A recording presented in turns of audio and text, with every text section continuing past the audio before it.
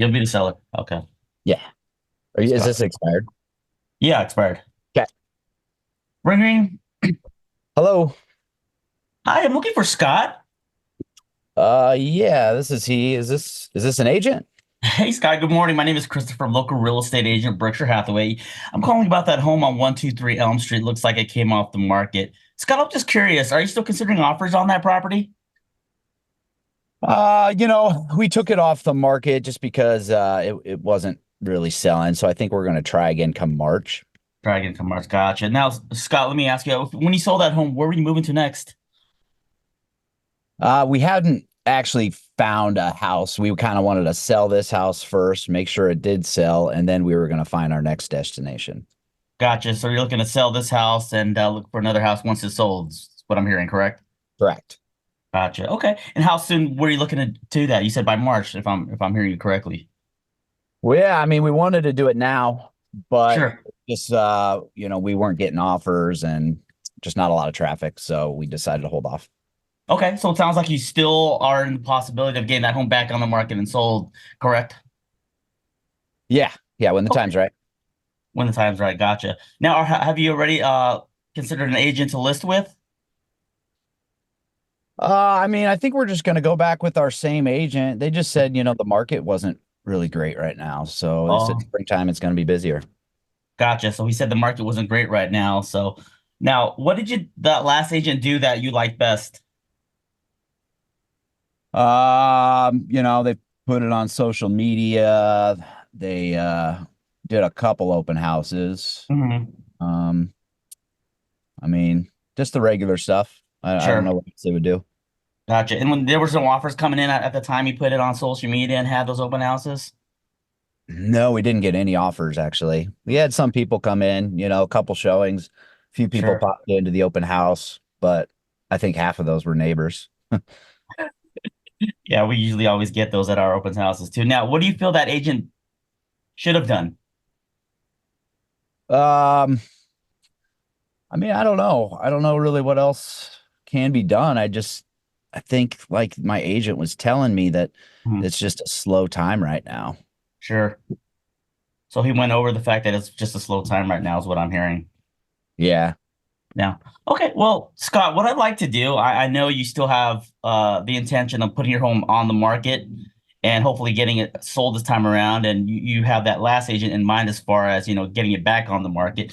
I'd like to interview for the job, possibly getting your home back on the market, and this time around get some offers and get it sold. Now, would you be open to possibly meeting with me tomorrow at 5 p.m. or does 4 p.m. sound good? You know, I don't know. I feel pretty loyal to my agent Sure. and I really want to give them a chance. So I Hmm. think we're just going to stick with them. However, if you want to email me just your information and maybe, what maybe you do as far as marketing, I could take a look at that.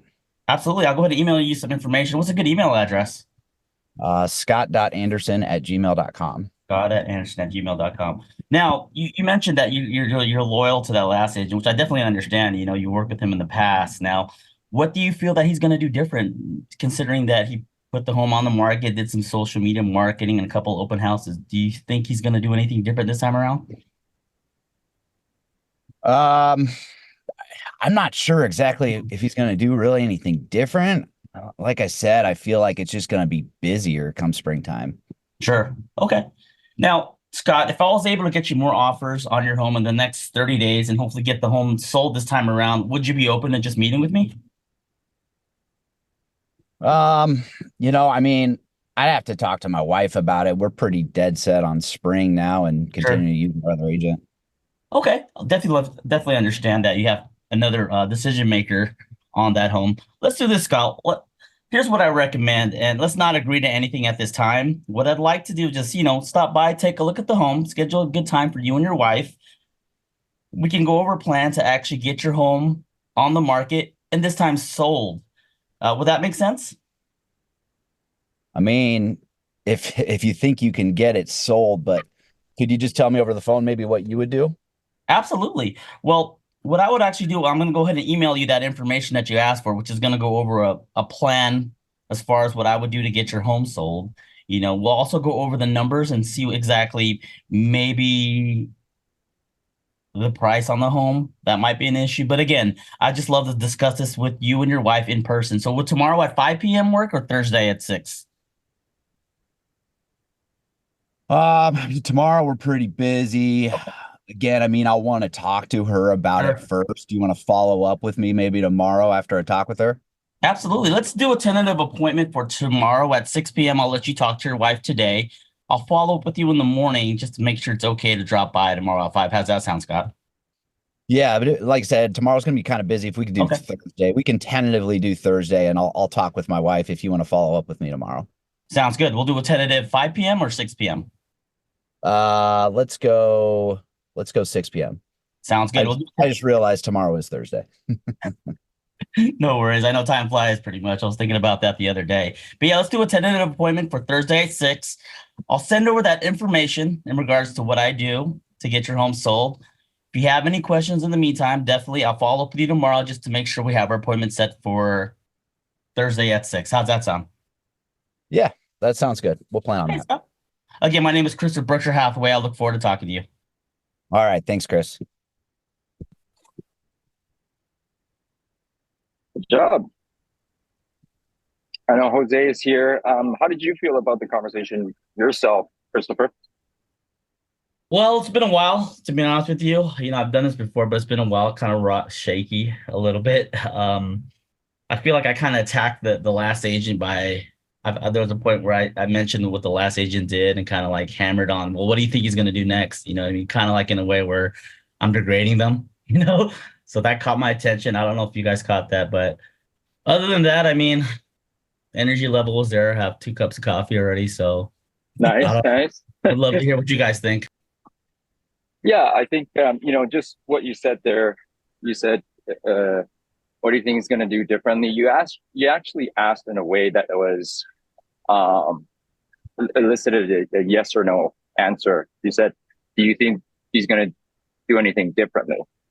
And you sounded unsure throughout the script as you asked questions. When you closed, you said, "Would you be possibly be open to it?" That type of close is going to elicit a no, right? I think if you want to close, you got to take command and you got to ask, why don't we do this? Let's meet tomorrow at 4 o'clock instead of the maybes and the possibly. You know what I'm saying, Christopher? Yeah. Absolutely. Okay. I think that's on my end of what I noticed. Energy level was definitely great. Yeah, other than that, Jose, what do you think? I like questions like if scenarios, like if there was a financial benefit to getting on your home on the market now versus waiting, if you knew that there was a different marketing approach that was guaranteed to get your home sold now versus waiting, if you knew that you could still sell your home now versus having to wait until spring, would you be open to that? If you knew that you could still sell the home now and all that would be required would be a different marketing approach or a different agent or a different technique, would you be open to that? And it's almost like a hypothetical situation, but it kind of plants the seed, and it also like garnishes engagement as well too, because then at that point, if they say no, then it's kind of like you have to address that before moving on to the next thing. So I would say maybe incorporating that into the script. And those are like some of my favorite hypothetical situations, basically. Okay. Okay. So an example with him, he said he's thinking about getting it back with Scott. He's thinking about getting it back on the market in spring. Yeah. I'll throw in like, so if you knew that majority of sellers are thinking the same thing as you, putting it on the market in spring and competition would be a little bit more, you know, competitive. No, I think Jose No? is saying the structure is if I would you,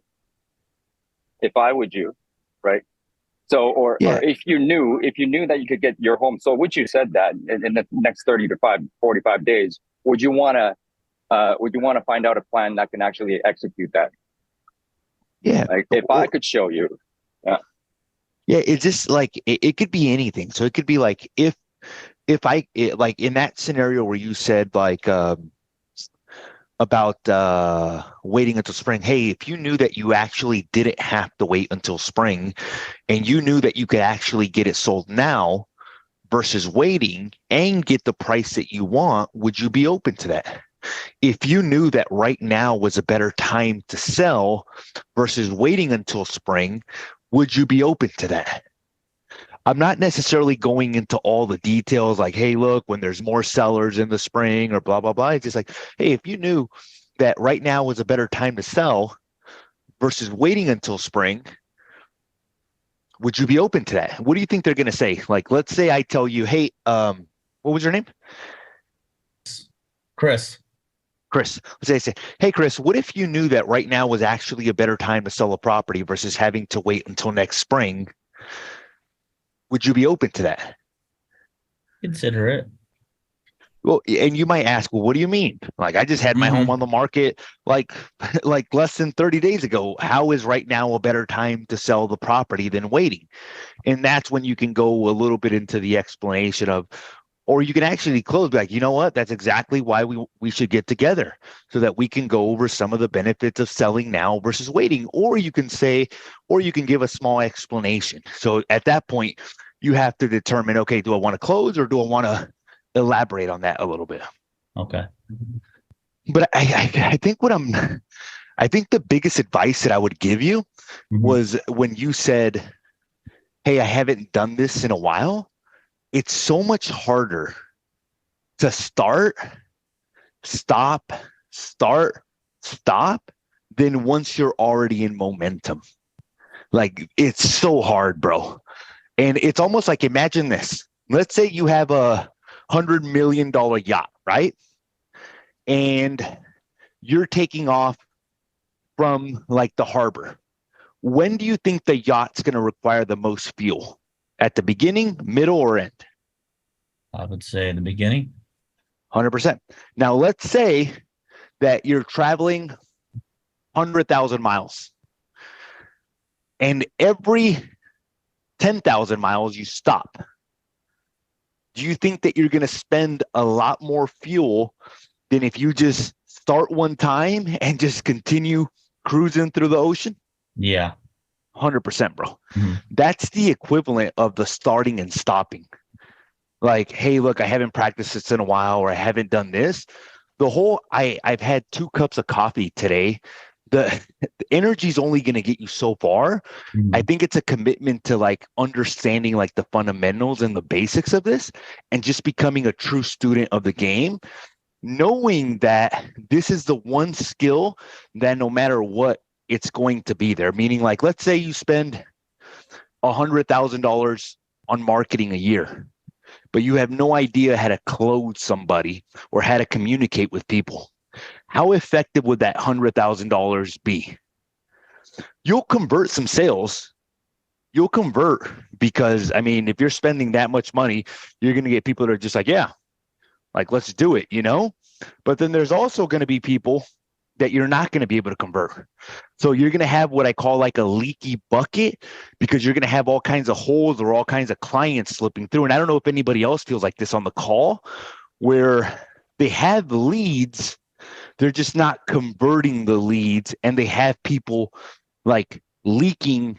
You have a leaky bucket. So the whole thing you want to do if you have a leaky bucket is you want to start looking at what holes you have in that bucket, and then start learning the skills to be able to cover up some of those holes. So one of the holes for you might be, hey, I'm going to relist it with the same agent. Do you have a canned response for that? You know, if they say, I'm going to relist it with the same agent. Aaron Novello says, hey, look, it's really, really rare, Chris, that somebody with a home as nice as yours and being on the market for 6 months and not selling, that they relist with the same agent. Let me ask you this. Were you happy with the level of offers you were receiving on the home? Is that a decent response? That's a great response. It's a great response, right? So I think it's like really being like, okay, where can I get access to people that have these skills? Where can I learn what to say and then become a student of that. So if I wake you up at 3 a.m. and I say, hey, look, I'm going to relist with the same agent, you can definitely do that, Chris. At the same time, it's really, really rare that somebody with a home as nice as yours, that they relist with the same agent. Let me ask you this. Were you happy with the level of offers you were receiving on the home? What do you mean offers? I didn't receive any offers. You're kidding me. Do you see how, like, it's so basic, bro? It's like, they say this, you say that. Mm-hmm. But it takes time, it takes commitment, it takes practice. But once you do it, and let's say you cover that hole, and then you're like, okay, well, the next hole that I need to cover is I've already got another agent. And then you're like, okay, well, look, I'm not sure. I had this yesterday, bro. It was so crazy. The guy is like, hey, I got an agent. You need to call this guy. I'm like, look, I'm not sure if you're open to this. Here's what most sellers are doing. Most sellers right now in today's marketplace, especially when there's $1 million on the line, what they're doing is they're taking the time to interview a couple different agents to get a couple different opinions about marketing, price, and commission. Is that something that you're open to? And the guy goes, no. And I'm like, okay, not a problem. Look, the only reason I'm asking about getting a second opinion is a lot of the properties that I list for sale, I sell them above the asking price. I just had a property this year sell 150,000 above the asking price. We listed at 700, sold it at 850. Last year was 220,000. The year before that, it was 290,000. Let me ask you this. If you knew, and this is the if question, if you knew that I can do something similar for you where I maybe help you put a little bit of extra money in your pocket, would you be open to that? What do you think he said? He actually said, Sure. that was a very Yeah. good pitch. Let me put you on speaker. My wife's here. But do you see how it's not like it's now you cover that hole up. So this whole, just imagine like you having a bucket and then being like, okay, what are my objections that I'm getting this week? And what am I going to do to master these objections and practice these objections? Because energy and copy, bro, like it's only going to get you so far. Meaning like somebody could have great energy, but if they're unskilled, great energy is good. And you're going to get people that are like, yeah, I'll hire you just because of your energy. But it's not a competitive advantage that you have in your marketplace. So what I did very early on in my career, I recognized that these are the skills that were necessary to become a top agent in my marketplace. And this was something that I could control. And that if I became a student of this, I was going to be able to compete against anybody and win. And I knew that if I ever left the real estate industry, these skills would follow me anywhere I go, including with my kids, my wife, my friends, everybody, you know? These are skills that will be good anywhere in life. These are just good life skills, learning to become a better communicator.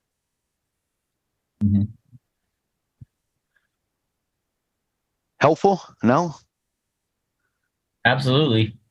Absolutely. I'm just filling in the bucket. I'm filling in the gaps in the buckets, you know. So my question to you is That's what I'm here. what holes in the bucket do you feel that you would need to fill this week? And it could just be a couple, bro.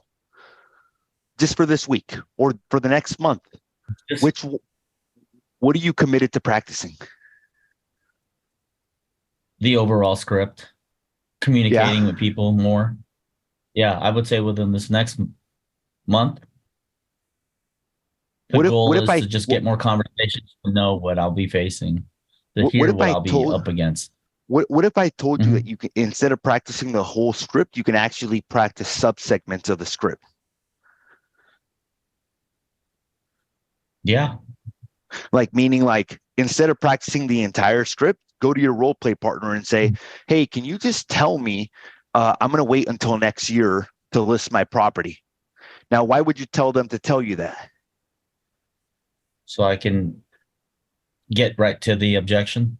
Yeah, because you're going to be getting that objection all the time right now because it's a very common objection. So instead of them going on a tangent, just tell them, hey, look, I just want to master. I want to fill this hole in the bucket.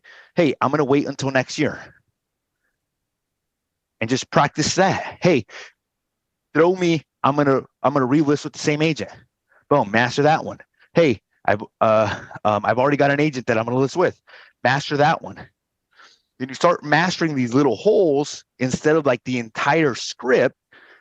And that's how you're going to improve. So I go through sections where all I practice is just one script for like 6 months, bro. Like, hey, look, just throw this specific portion at me right now. This is what my biggest challenge is right now. I'll give you a clue. I've already got another agent. I'm going to relist with the same agent. I've got a friend in the business. That's probably going to be one of the most common objections that you get. I've heard. Yeah. 100%. You're going to get that 5, 6, 7 times a month, bro. Maybe more. Maybe 5 times in a week, you know, depending on how many people you're talking to. Cool. What else? Can I go? Yes, sir. Cool. And I'm also looking for more role play partners too, if anybody's open to that. I've got turned on a Novello about 3 months ago. So I've been chanting. I have one role play partner, but I'm looking for more if anybody's open. But anyways, okay, I'll give it a shot here. Ring ring. Hello. Yeah, hi, is this Chris? Is this another agent? I'm actually on the way to work. Yeah, how'd you know? How can I help you? Yeah, hey, Chris, the reason I'm calling today, I noticed that your house was recently taken off the market due to an expired listing. And I was calling to see if your goal and objective is still to sell your house. Well, we tried selling it, so it looks like with the holidays now, we're just going to probably wait till early next year. Okay, yeah, that's understandable. Well, I guess I'm curious. I know you're on your way to work, but I was looking at your property, just looking at the pictures. Looks super nice. It's in a great geographic area. I guess I'm just curious, was there any particular reason you're even considering selling your house? Well, we were downgrading. Kids are all in college now, so kind of want to just, get rid of the extra space and get something a little smaller. Sure. But we're not really in a hurry to do that right now. So, we didn't get the offer. So just give me a call about springtime. It's all right. Okay. Well, hey, I appreciate that information, Chris. And the more information you're willing to share, the better equipped I am to provide you with information that could be helpful or useful to you in some way. I guess I'm just wondering, is that still something that's important to you, or have things changed forever? Well, it's not 100% important. We could still sit in this house for another 5 years. We'll just have more space. You know what I mean? But we didn't get the offer this time around. So we're probably just going to wait till next year. Obviously, with out here with the new presidency, we'll see what's going to happen with that, with interest rates too. Hopefully, there'll be more buyers by then. Sure. I understand. Well, okay. So it sounds like if you were to receive a good offer, that it might still be something that you would like to do, but obviously that didn't happen. So you're deciding to wait till spring. I guess I'm just wondering, how did you happen to pick the agent that you hired to help? Oh, he actually sold this house about 15 years ago. So, we knew him. Yeah, that makes sense. I understand why you would choose him. Now, did your agent give you any clear, specific reason as to why your house didn't sell? No, it's just, the market, I guess. He just said that, there's not that many buyers this time around, and that's pretty much it. Okay. Well, that's, it's funny. I do hear a lot of agents, when a house doesn't sell, that they will blame the market, they'll blame interest rates, things of that nature. I mean, you strike me as somebody who has a lot of common sense. You seem to understand the process really well. What do you feel like maybe they should have done differently? So you could have done something simple, like downgrade your house to something smaller and move on to that next chapter of your life. Well, I mean, we know this agent, he does a really good job, good reputation, good track record. He's been around for a while. I mean, I don't see what he could have done differently other than maybe miraculously dropping interest rates for more buyers, but I don't think he's going to be able to do that. But, Sure. We're probably just going to list with him because, again, we have a good reputation. We have a good relationship with that guy. Sure. And I don't know if you knew this or not, Chris, but did you know that in the last 3 months, there have been 32 houses in your price point and in your general vicinity, like within a couple mile radius, that have sold? Were you aware of that? He mentioned it during the listing presentation. He pulled up the comps and whatnot, showed us what's sold. Yeah. So it's not a matter if people are buying homes or not. I mean, they definitely are. It's just a matter of, why they didn't choose your home. So I guess I'm wondering, because my job's to help you. It's never to talk you into doing anything. But if you knew for certainty that you could receive an offer in the next maybe 30, 45 days that would be very reasonable, very acceptable to you, do you think that would be something that you would still do as far as selling your home? Well, I mean, if the offer was guaranteed in the next 30 to 45 days, of course. But again, putting a home on the market right now during the holidays, people coming through, Sure. it's a mess, with the dogs running around too, barking. It gets really annoying. But yeah, I mean, if you guarantee me an offer in the next 30 to 45 days, so we could get that over with, Yeah, I'll sure. talk to my wife. Well, you know what, Chris, just by you saying that demonstrates that we should get together and discuss the options. Can I make a suggestion to you? What is that, Scott? Yeah. So what I'm hearing from you, what you've been kind enough to share with me is, you know, it sounds like you would still like to make that move and to downsize into something a little bit smaller because the kids have moved out, but maybe just a little bit uncertain as to why it didn't sell. I know the agent mentioned, the market and interest rates. But what I propose to suggest, because I'm in your area all the time anyways, is I'd love the opportunity just to be able to pop by, take a quick look at your house and see what it has to offer. And while I'm there, Chris, I'll be able to show you two things very clearly. Number one is why your house didn't sell. And then number two, what changes would need to be made in a much more proactive and aggressive approach to virtually guarantee that it does get sold this time around. So if and then while I'm there, I could provide you a net sheet that'll show you net bottom line proceeds that you and your family would be able to walk away with on the sale of the home. And then that way, Chris, no matter what you decide to do, whether you decide to list it with somebody like myself or wait until the springtime and stay with your other agent, you'll at least have all the most important information that you need to make the best decision for you and your family. Does that sound fair to you? I still have to talk to my wife about it. Again, it's the holidays and she's putting up Christmas decorations. But let me talk to her and give me a call about next time, a week from today. Sure, sure. And of course, Chris, I want you to talk to your wife. Absolutely. It looks like she's on title as well. Is that correct? That's correct. Okay. Now, Chris, obviously I could tell that you still would like to sell the house. Now, when you guys had it on the market, how did your wife feel about the move?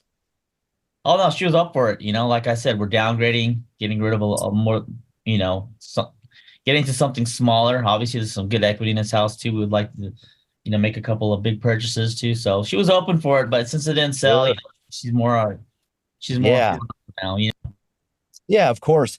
Now, if she knew that there was somebody who could shed some light on the situation, explain very clearly and specifically as to what would need to be done so you guys can make that move and make it a very smooth transition so you guys can net the most, I'd have to imagine she'd want to speak to him, wouldn't she? Again, I'll have to talk to her. I don't want to say yes or no. Sure. Sure. Yeah, no, and I completely understand. Well, under normal circumstances, Chris, if we were to get together, are you generally more available in the afternoons or early evenings? Well, we'll both be available in the evenings. Evenings are generally best for you. And if we were to meet, is usually 5:30 or 6:30 better for you? We'd like to do about 7 p.m. I mean, 7 p.m. Yeah, she'll be home by then. She'll be Oh, yeah. yeah. Well, I tell you what, Chris, I'm looking at my calendar and I actually have tomorrow either at, well, 6 or 7. You said 7 would work a little bit better for you. If 7 o'clock would work for you, what I can do is pencil that in, and this will give you some time to actually speak with your wife about it. And then I'll make sure to actually call either me or my assistant. We'll call you in the morning just to confirm the appointment that it still works. And if for some reason we have to switch it around or something, we could certainly do that. But do you want to go ahead and plan for 7 o'clock tomorrow? Let's do this. I'll talk to her tonight. Let's do Friday at 7 p.m. Again, I'll have to convince her. She's going to come home this evening and put up more stockings. But I'll talk to her today and give me a call tomorrow, and we'll shoot for 7 p.m. Friday. Perfect. That's what we'll do. We'll plan for 7 o'clock on Friday. And then real quick, because, I want to make sure I'm fully prepared for our meeting. So I'm going to do a little homework just to make sure that I can serve you guys best while I'm there. I had a couple extra questions. I know your time's very valuable, so I'll be brief. And then I'll go into the prequel. Good.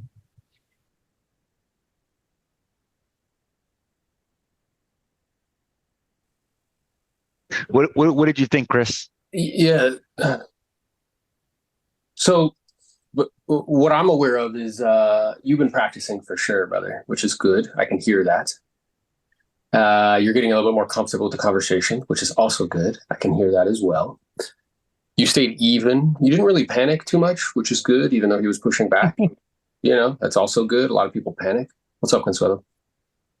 So the only thing that I heard was at the end, when we're having that conversation about, you were like, yeah, like, I have to imagine that your wife would want to have a conversation. He was like, nah, like he kind of pushed that back. You did a really great job of being like, okay, well, I'm curious, like because if creates possibility, if we were to connect, right, under normal conditions. So here's how I would say it. I'd be like, if, and I'm very clear that that is an if we were to connect under normal conditions, are you and your wife usually available in the evenings to the afternoons? And you'd be like, evenings. Okay. And evenings for you guys, like 6 or 7. That's probably like it's 7. So, all right, how about we do this? I'll grab a pencil with a very big eraser and I could pencil it in for, let's say, tomorrow at 7. I'll have my assistant or myself will call you just to confirm, make sure that that time still works for you. You'll have an opportunity to speak to your wife. And if anything, if we need to like change it or move it around, we can always do that. Does that sound okay? Because when you started to like the way you did it, at the end, you're like, can I put you down for that? That's like a yes, no. Yeah. And it felt like him being like, no. So instead, it's like, I'll pencil it in. And if we need to change it or move it around, we can always do that. Does that sound okay? Like, yeah, I guess that's fine. Okay. So, and then I can move on from there. But again, I want to acknowledge you for A, you're practicing. That's clear. B, you didn't get like, you didn't tense up or freeze up as he started to push back at you, which was great. You stayed calm and clear. And you knew where to go. It's just repetitions and tightening those little pieces up, because those little pieces of hesitation, just small. That's the difference between somebody moving forward or somebody hanging up. Yep. Cool. Good job. Thank you.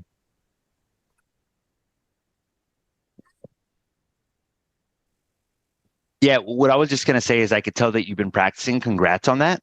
The only thing I would add on after the pre-qual, so after you pre-qualify them, just understand that they're going to be receiving a lot of different calls. So having some sort of pitch at the very end, like let's say after you pre-qualify them, you're like, hey, I'm excited. And then just kind of like preface them as to what's going to happen next. So after we hang up, it's very likely that you're going to be the most popular person in town. You're very likely going to be receiving another 20, 30, 40 different calls from all these agents promising you that they're the best thing since cake and ice cream. So, so can you do me a favor? Is there a way that you can save my phone number right now in your phone book in a way where if we need to connect in the future, that it's me and that that we have an appointment and that that we had a really good conversation? Is there a way that you can save that? Okay, great. And then how are you going to save it in your phone book? Oh, can you, I'm going to save it as, what was your name again? Oh, Adam Smith. Okay, can you save it as Adam Smith, best agent who's going to sell my home or something like that, And or like, ha, Jose. Or can you save it as Adam Smith, the Ronaldinho of real estate, or something that is memorable, so that if you do need to call them back, they can make a mental note of that person. And that'll be a way of you differentiating yourself at the very end from the 20, 30 calls that they're going to be getting over the next couple of days. Yeah, it's just like almost like a boom, like a stamp at the very end. Well, what you're doing is like what just came to mind, Jose. It's like you're cauterizing a wound, like you're covering it up. So like those people can't come and mess with it again. And then the other thing that popped up in my head when he said that is like, when you're having these conversations with expirers, you're like, yeah, like call me back. Yeah, we both know the probability that we're going to speak again after bombarded with phone calls is really small. So I would just say that to them. So if Chris was like, yeah, dude, like, I don't know, I'm really overwhelmed right now. Just like call me back in a week. I said, well, Chris, I appreciate the opportunity. I really do. What's also true, and I mean this lovingly, I know you've been very popular. The chances that me and you are going to speak again after you get bombarded with 20 phone calls is probably pretty small. So I know sometimes people say that to me just to be kind. Other people are actually genuinely interested in continuing the conversation. Just so I'm clear, which one is it for you? Because how much time do you, bro, you know how many people I've had say to me, Tim, they're like, I'm just being kind. Thank you. Like, I have no intention on ever talking to you again, Joel. This is at the beginning. Huh? This is kind of in the beginning before you get into motivation. Or if they get like really aggressive, like trying to push you off, you know what I mean? They're like, call me back, call me back, call me back. I'm like, well, listen, I appreciate you extending that opportunity. What I'm aware of is you've been extremely popular today. I know that's pretty annoying. That's going to persist for the next, I don't know, probably 2 or 3 days. And then it should slow down and stop. And as such, the probability that we'll speak to each other again is probably pretty small. So I know that sometimes people say that to me to be kind. Other times they're genuinely interested in actually selling their home, putting it back on the market, and continuing the conversation. Just so I'm clear, which one is it for you? Because don't you feel like when they say call me back, you're like, oh yeah, I got one. You're like, no, you don't. They're just being nice to you, bro. Yeah. Well, even yesterday when I set that appointment with the I need to think about it, or not I need to think about it, with the I've already got another agent, it was kind of like I felt like they were somewhat committed to the other agent. So at the very end, I asked them, I'm like, look, just so I'm clear, like I don't want you guys to feel like I'm pressuring you guys or talking you guys into an appointment that you don't want to be a part of. Do you guys genuinely want to meet with me, or are you guys just being polite and setting something up to basically end the conversation, you know? And they were like, no, we genuinely want to meet. This is where we're going to meet and blah, blah, blah. And it basically like helped me like determine, okay, like, do I actually have something or do I not? Yeah. And with certain lead methods that are very popular, like expireds, you want to know, you know? Right. So what I'm aware of is, I've said this before on this call and on other calls, is that part of what makes sales kind of like creates anxiousness or tension is a lack of clarity. It's just a lack of like straightforwardness and knowing, like Jose just said, do I have something or do I not? Yeah.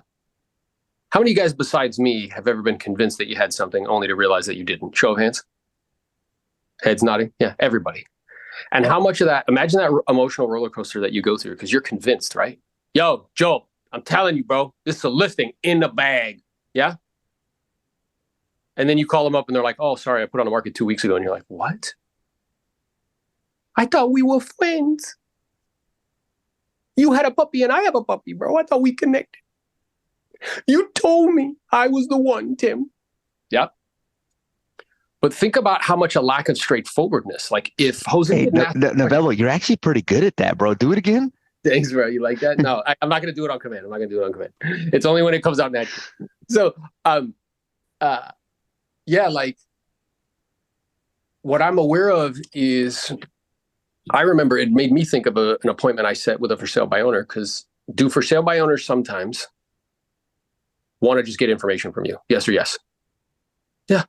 They want to get an idea of value. They're like, yeah, Chris, come on over. You get all pumped. You're like, yeah, I'm going to list this FISBO. I'm going to post it on Instagram. Yeah, I'm him. Yeah. And then they get information like, okay, I'm going to think about it. And you're like, okay, they're thinking about it, but we really connected. I think I really got this one. Yes, yes, yes, yes, yes. And then they lower the price and they sell it themselves. Yeah. Okay. So you get mad at them, but part of the reason is because you weren't straightforward. So I remember I got the same feeling. I'm talking to a for sale by owner. He's like, yeah, you can come over. I'm like, great. And I kind of got this feeling. So I just said it to him. I'm like, look, you know, sometimes people invite me over, and I'm not suggesting you're doing this. I've just been doing this long enough to know. Sometimes their actual goal and objective is just to gather information. It's like a fact-finding mission with the intention of them using the information themselves. And they actually have no intention on actually hiring me.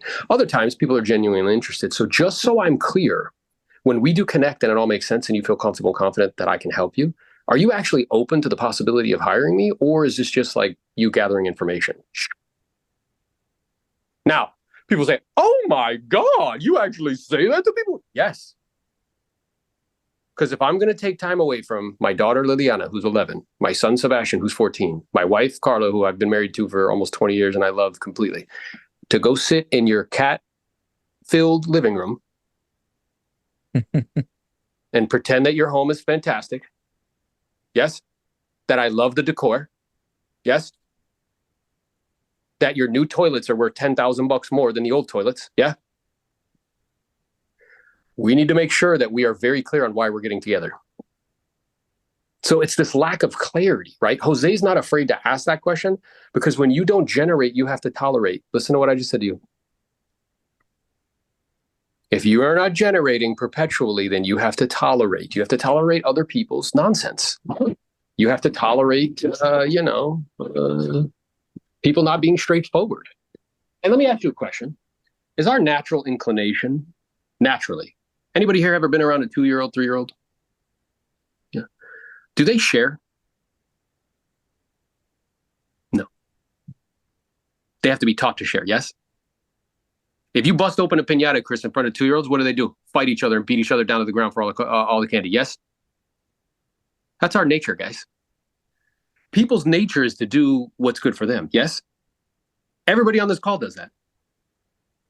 Yeah?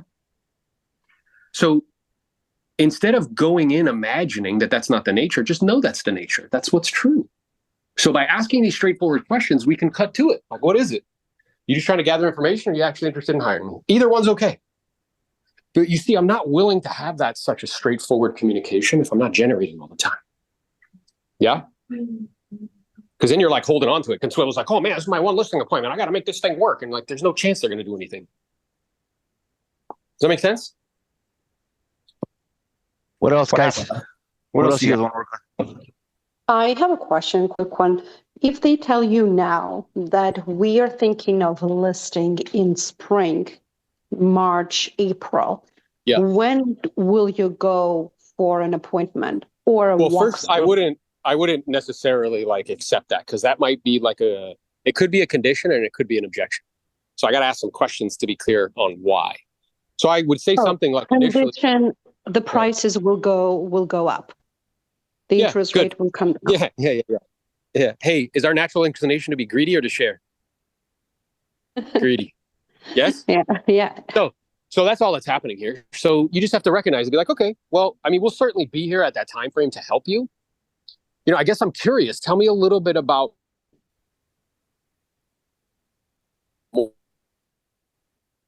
more of your desire. You have to imagine the reason you'd want to wait. Logical reason is because if you waited, you get more money. Is that what you're thinking? Exactly. Yeah. Okay. And hopefully if it is the case, great, we'll do it. At the same time, if for some reason there was a distinct competitive advantage for you to be on the market sooner rather than later that would actually help you net more money, do you think you would move your timeline up? Quiet. Yes. Okay, good. Now, what do I know about people? See, I have to know human nature, yes? Mhm. Human nature is to do what? Be greedy, baby. Even though all the greatest teachers tell us not to do it, but that's our nature. So I know that that's why they're waiting with a high degree of probability, but I have to ask questions. It's probably that, but it could be a condition. I have to wait to retire. I have to wait for my daughter to graduate. I have to wait, you know what I mean? Something you can't do anything about. But the only way I'll be able to determine that is by asking questions. So let's say you're like, yeah, I would do that. Okay. Well, let's think about this together as a team, because, I've had the good fortune of helping families for a while. And, something in the marketplace, it's actually counterintuitive, which is that, do you know in spring, do you know that the inventory actually goes up by 20% historically year over year? Did you know that? Yes. Go ahead. Oh, yes, I know. Okay, so you did know that. I'm wondering. Right now, we are not going to get the intention price is we to want. actually. Yeah, but let's say he doesn't. Okay. And Okay. I guess I'm wondering though. So if right now you're not going to get this, amount that you want, let me be clear, because my job's to help you. It's never to talk you into doing anything. Refresh my memory as to specific motivation, just how much you get, or are you trying to accomplish something like get closer to family, like downsize? Do you no longer want stairs anymore? Like what's the motivation behind the move? And whatever you say is fine. Mm-hmm. Well, no, because we have to downsize. We don't have to, but we'd like to. Okay. Tell me how your life would improve in some way if you did downsize. Like, what would how would your life improve? Oh, this home is too big. We don't even need all the rooms, and the property taxes are high. Okay, so it's too big. You don't require the space. And let's say you free up all that capital and then you don't have to maintain it anymore. So you free up some time. Like, how would your life be better in some way? I didn't hear the question. Oh, so let's say so you don't need the space anymore. And I'm imagining it still requires you to like maintain it and all this other stuff. So let's say you freed up the capital and you had more time because, you know, you didn't have to maintain the home. How would that improve your life in some way? Oh, I haven't really thought about it, but we know we don't really need this house this big. Yeah, I appreciate that. And I really appreciate your honesty, you know, because what I'm aware of is until you guys get really clear as to why you're making this move and how your life would improve, it really becomes really kind of challenging to come up with a strategy to help you to accomplish it. Because I know the difference between what you want and what may be realistic in the marketplace. It may be a little different. I'm also aware that it's probably not an amount that would substantially change the course of your life one way or another. So the question is whatever here's the one thing that I know is true. That the one thing that we spend, once we spend it, we never ever get it back is time. So, you know, the average human gets 27,550 days on the planet. It's about 75, 79 years in the industrialized world. Women have a tendency a little bit more than men. So what I'm aware of is you guys are at this place in your life where you can make a decision on how you want to spend your time. So could you spend it here trying to squeeze out a little bit more money? Sure you can. Could you spend it traveling more, enjoying your family more, like doing other things? 100%. But ultimately that choice is yours. So I guess my question to you is at this stage in your life, what has more value to you? What's more important to you?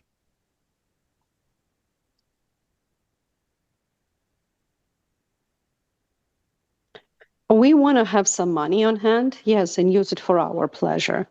Yeah, I get that. And I guess the question is what exactly does that look like? So time out. Here's the issue. What we are bumping against, these people's only motivation to sell is money. As I'm continuing to press and ask questions around why, if they can't answer me, then they haven't actually thought about it. Exactly. Does that make sense? Yes. And because they haven't thought about it, they're only focused on money. And being that they're only focused on money, let me ask you a question. Is now the right environment for them to be selling in if they're only focused on money? No. No. But we don't know when the right environment will come. Yeah, but it's not going to be in 2 months. What's the probability that things are going to dramatically change in 2 months? Tell me. 50-50, as always. No, that's a hallucination. The market doesn't move that quickly, guys. See, this is part of the problem is because we kind of believe them. Yes? We kind of believe them that, yeah, maybe you will get more. They believe it. No, but you kind of believe it too. No, Do you I don't see? think. You kind of do. You're like, I don't know, 50-50. No. The probability that they're going to get 20% more money in 2 months is zero. Oh, no, it's zero. Total zero. The probability that they're going to get exactly what they want, which their expectation is probably 10, 15% higher than what the market is zero. So the real issue is motivation, yes? That's why you noticed I started to like circle around that. Like, tell me about that. How would your life improve? Like, what would be the benefit to you personally? What are you trying to do? Are you trying to stay local here? Are you trying to go someplace else? Are you trying to get closer to your family? Like, what? Why are we even doing this? Okay. And then and only then can we begin to have a conversation about timing. See, because otherwise you're trying to get into this logical debate with them about how, like, you know, whatever. Like, guys, listen, I want everybody on this call listen to me, okay? Do you know what you guys had to do to become a licensed real estate agent? You had to get a C on a test, have $1,000 and not be a felon yet. Why and I know most of your guys' finances. Why on planet Earth are you giving anybody financial advice? Why? That makes no sense. Yes, Consuelo? You're like, well, you know, I think in my wisdom, economically speaking, why? Why am I doing that? That doesn't make any sense. What I should be doing is drilling down on motivation. Why are you even doing this to begin with? Because here's what would happen. You know what would happen? Let's say we go through this rigmarole. You get them to put it on the market because it's like, okay, maybe I could get more, inventories less, whatever. If their motivations, and then they're going to price it too high, and then you're going to come back and ask them for an adjustment, and what's going to happen? Tell me. Oh, they might not reduce the price. With a high degree of probability, they're not going to reduce the price. And then you know what they're going to do? What are they going to do after that? Who are they going to blame for hire it not another selling? agent. Yes. Who are they going to blame for it not selling? You. Yes. Oh, me. Yes. You. And then they're going to start to say, well, can't you put it in the Wall Street Journal? And can't you put it in this? And can't you put it in that? Yeah. So here's what I know. If the motivation's only money, their ability to see what's true is very small. Mm-hmm. If the motivation is some sort of life event, if there's some sort of pain or pleasure that they're either moving away from or moving towards, their brain can see more clearly what's true. Okay. Does that make sense? So it makes sense. And back to the question, when you qualified, the motivation is there, but they are going to list in April or March. Yeah. So let's When say are they you are gonna- qualified, they are motivated, and they do want to do, like, okay, let's say they're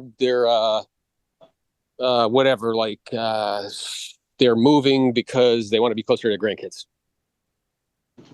and they've Mhm. already decided they're doing it. So then Yeah. I would start to ask, well, tell me this: is it an option for you to not sell the home and still move? I just help you. It's never to talk you to do anything. Mhm. And then be quiet. Is it an option for you to rent the home and still move? Like, keep it as a second home. You go back and forth between the grandkids and here. Be quiet. Mhm. I've only spoken to you. You seem to be excited about the move. Tell me, because how many times with this type of move does the grandma want to go and the dad doesn't? The grandpa. A lot. So I've only spoken to you. Are you guys on the same page in terms of making this move to be close to the grandkids? Mhm. Yes. Okay. Mhm. So then what I'm aware of is you've already made the decision you're going to sell. It's not a question of if, it's simply a matter of timing. Right? So let's have a conversation about that. And then whatever you decide, I'll support you 100%. Right? So if it makes sense for us to wait, we'll do that. If it makes sense for us to do it sooner, we would do that as well. And just so I'm clear, if there was a distinct competitive advantage to being on the market sooner rather than later, from a financial perspective, would you be willing to move your timeline up, or is April just when you want to do it? Mhm. And then be quiet. Do you hear the straightforwardness? Yes. Like, would you be willing to open move your timeline up? And let's say they're like, yeah, we'd move the timeline up. Okay, so let's think about this together as a team, and then I would go into inventory, which is a true statement. So I don't know if you know this, but in the season, so to speak, the inventory here in whatever county goes up by 20 to 25% every year. Did you know that? Like, no, I Yes, didn't know. because it's a spring mark. Yeah, well, here's what's interesting. So let's say you're a homeowner and you're trying to sell your home. When do you think would be the best time to sell it? When you have more competition or less competition? Less competition. Yeah, and why is that? Because there will be more buyers for my home. Well, that's right. They'll have less to choose from, right? Yeah. And if you want to net the most, do we want an environment where they have more to choose from or less to choose from? Less to choose from. That's exactly right. So just by you saying that demonstrates that you're beginning to realize that even though it's counterintuitive, being on the market before spring is actually advantageous to you. Mm-hmm. Does that make sense to you? Yes. Yeah. So, what I think would make sense for us to do together as a team is we can connect. We'll review the market analysis to show us clearly and specifically where we need to be in order to position the property competitively, make them choose us versus the competition. We'll go over market dynamics and how, inventory and how that affects ultimately how much you end up getting. And then, we'll take it from there. If it all makes sense and you feel comfortable and confident, we can take the next steps and help you get one step closer to the grandkids. How does that sound? That sounds great. Let's do it. You see? Amazing. So here's what I would say too, Novello. I think you brought this up. I think that people aren't sold. Okay, how many of you guys think on this call, with a show of hands, that November, December, and January are bad times to sell the property? Yeah, bro. I did. But let's be honest. Did you hear that? I'm telling you, most people on this call are not sold that that's true. How many people believe that that's a bad time to sell a property? What if I told you guys that that wasn't the case? And in some cases, November, December, and January are actually the best time to sell a property. Bro, and you know what's crazy is Jose is a maniac when it comes to statistics. He will show you in the stats. Yes. Well, people I get think 2% more during that. Well, I think that's frame. part of the problem, that people don't actually believe that. People actually believe that right now is a bad time to sell real estate. So, okay, I'll ask you guys this question. This is just to and I think that's part of the. Hold on. So it is part of the problem that they believe that right now is a bad time. So if you believe that right now is a bad time to sell real estate, there's no way, no script that's going to work for you that that will allow you to actually talk to people about this. So what I did is I was one of those people that actually believed that November, December was a bad time to sell real estate. So this is the way I would phrase it, and then this is the way I would back it up. So you're right, Novello. There are less buyers in November, December, and January. Why do I start off with that statement? Because you don't want to make them wrong. Not only I don't want to make them wrong, I want to say something that they agree with. But is it true? Are there less buyers in November, December, and January? Yeah. That is Yes. a true statement, and that is a statement that they're going to agree. If you start off a conversation with a statement that they're going to agree, they will likely agree with your second statement because they agreed with your first statement. So you're right. There are less buyers in November and December.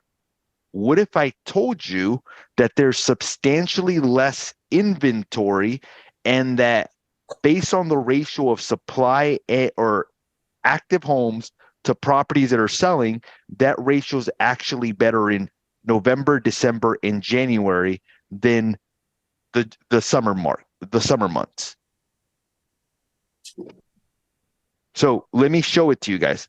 And I did this yesterday because they were like, oh, like we're thinking, hold on one second, okay? I'm gonna see if it lets me share.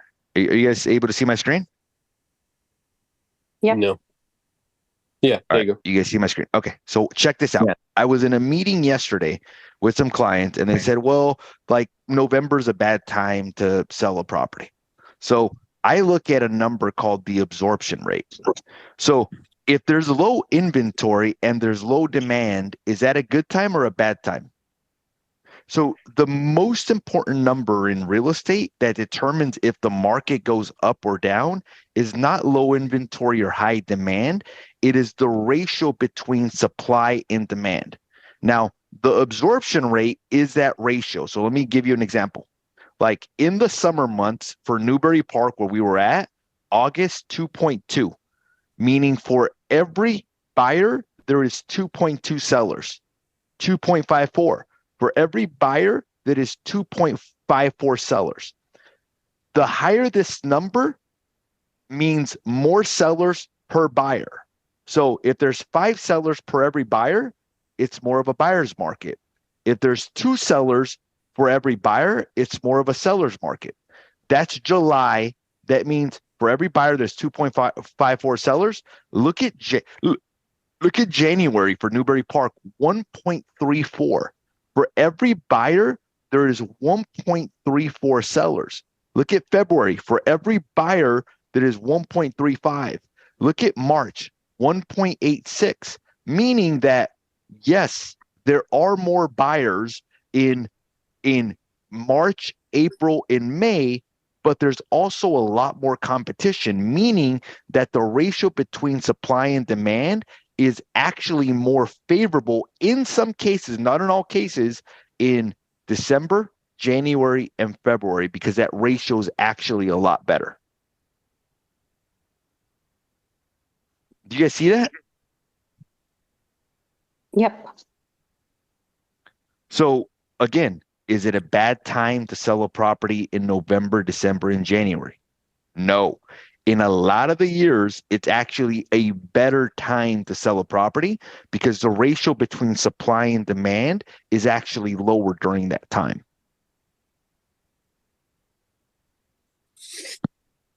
All right, team, I'm noticing our time. What I'm aware of is whoever is the most certain is the one that's going to be the most influential. What Jose's pointing out is that a lot of you guys aren't certain.